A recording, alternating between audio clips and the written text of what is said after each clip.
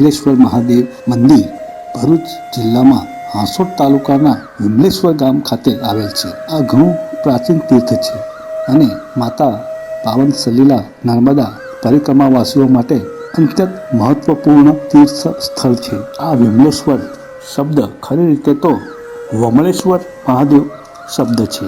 આ વમળેશ્વર મહાદેવનો અપભ્રંશ આજે વિમલેશ્વર થયેલું છે. આ વમળેશ્વર તીર્થને ઘણું પાવન અને પ્રાચીન ગણવામાં આવેલ છે, કારણ કે માતા નર્મદાજીની પરિક્રમાનો દક્ષિણ તટનું આ એક અંતિમ તીર્થ સ્થળ છે. આ સ્થાને માતા નર્મદાજી અરબી સમુદ્રમાં ભળે છે, જેથી આ સ્થાનને રેવા સાગર સંગમ તરીકે પણ ઓળખવામાં આવે છે. તેથી આ સ્થાન નર્મદા પરિક્રમાવાસીઓ માટે અતિ મહત્વપૂર્ણ ગણાય છે. આ સ્થાને પીપળેશ્વર મહાદેવ, સોમેશ્વર મહાદેવ, રત્નેશ્વર મહાદેવ જેવા અનેક પ્રાચીન તીર્થો પણ આવેલા છે. આ વમળેશ્વર મહાદેવ તીર્થનો ઉલ્લેખ સ્કંદ પુરાણ, નારદ પુરાણ અને નર્મદા પુરાણમાં જોવા મળે છે. પૌરાણિક માન્યતા મુજબ આ વિમલેશ્વર મહાદેવની સ્થાપના સ્વયં પરશુરામે કરી હતી.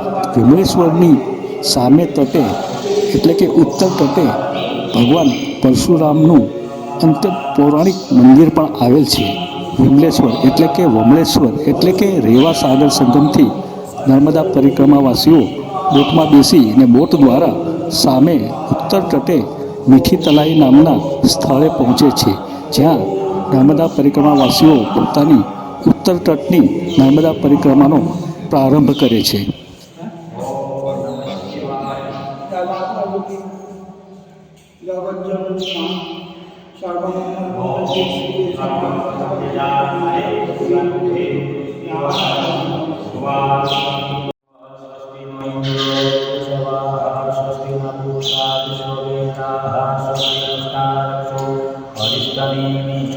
સ્વસ્તિનો બૃહસ્પતિ દધાતુ. ઓમ શાંતિ શાંતિ શાંતિ. વમનાથ મહાદેવ કી જય. ઓમ નમઃ પાર્વતીપતે હર હર મહાદેવ.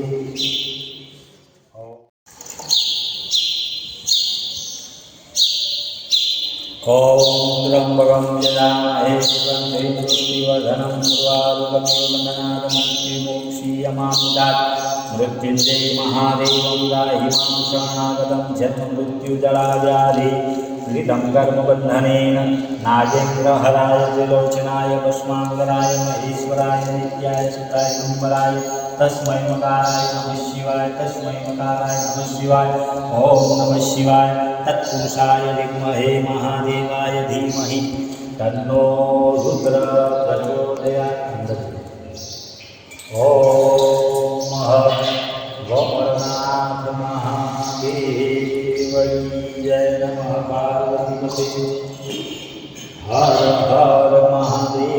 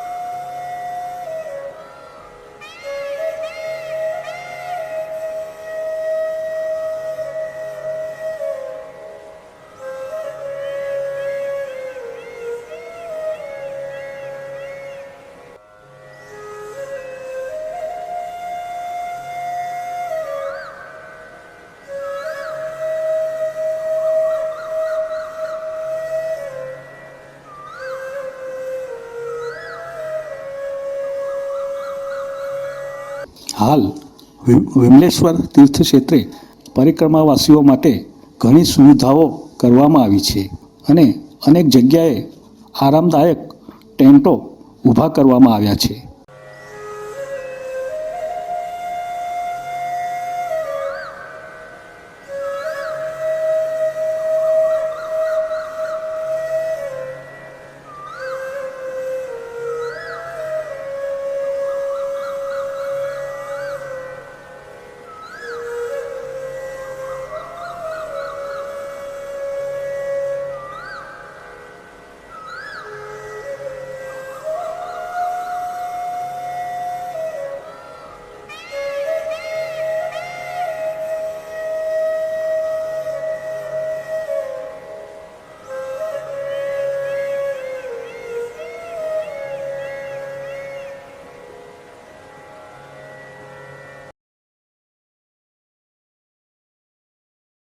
વિમલેશ્વર ગામનો વતની ઠાકોરભાઈ ગોમનભાઈ પરમાર, ગ્રામ પંચાયત ડેપ્યુટી સરપંચ છું અને અહીંયા નર્મદા પરિક્રમાનો છેલ્લો પડાવ એટલે અમરકંટકથી જે માં નર્મદાનું ઉત્પત્તિ સ્થાન છે અને એમાં આવડેનું નાભી સ્થાન અને વિમલેશ્વર છેલ્લું પડાવ એટલે અહીંયા એમનું ચરણ એટલે ભરતપરમાંથી જો યાત્રી આવે એને ભુવનેશ્વર આવવું પડે, કારણ કે અમરકંટકમાં 5 જ મિનિટમાં એ થઈ જાય ત્યારે અહીંયા 2 કલાક લાગે. ભરતીને ઓર ડિપેન્ડ રહે છે ને એમાં માણસો આવીને અહીંયા અમારું નર્મદા રેવા સંગમ સ્થળ ટ્રસ્ટ છે એમનું નિસ્વાર્થ ભાવે જમણવાર આપે છે, 2 ટાઈમ ચા અને 2 ટાઈમ જમવાનું, બરાબર. એટલે અહીંયા પાણી હોય તો જ એ થાય, નહીં તો અહીંયા માણસોની સંખ્યા વધી જાય. એમાં દશેરા પછી જે યાત્રા ચાલુ થાય છે પછી દેવ દિવાળી પછી ઠંડીના ટાઈમમાં યાત્રીનો ધસારો વધી જાય છે. રોજના 1000 માણસ જાય છે એટલે 3 મહિના પીક પડે. પેદલ યાત્રી પણ ચાલવાનો સુટેબલ પડે શિયાળાના ટાઈમમાં. ગરમીના અક્ષય તૃતીયા લગ્યા નાવડીનું ગવર્મેન્ટ તરફથી ટેન્ડરિંગ પ્રક્રિયામાં નાવડીનો દશેરાથી અક્ષય તૃતીયા લગી ચાલે છે. ઓકે, હવે અહીંયા 5 મહાદેવ છે: સ્વયંભૂ, સોમેશ્વર, ગુપ્તેશ્વર, પૌલેશ્વર, વમરનાથ, રત્નેશ્વર. એક ખંભાતની ખાડીને મળે છે આ નર્મદામાં અહીંયા, એટલે ભારતભરના લોકો અહીંયા યાત્રામાં આવે છે. તો આપણે જે આ જેટી છે જે તમે આ કિનારેથી સામે કિનારે લઈ જાઓ છો, તો એક જેટી એટલે કે એક બોટમાં તમે કેટલા મુસાફરોને બેસાડો છો? હવે એની રેન્જ 200 ની છે પણ કેપેસિટી પ્રમાણે 180 લઈ જાય છે 180 લઈ જાય છે. ને એમાં બધી પહેલા કરતાં સુટેબલ સારી છે, કારણ કે જાય એટલે લાયસન્સ બધું છે.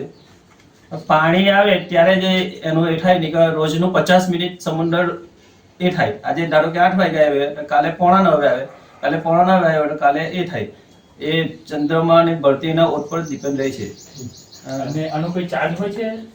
એમાં પેડલવાસીનો 250 રૂપિયા છે ને જે કાર વ્હીકલ થી આવે એમનું 500 રૂપિયા છે.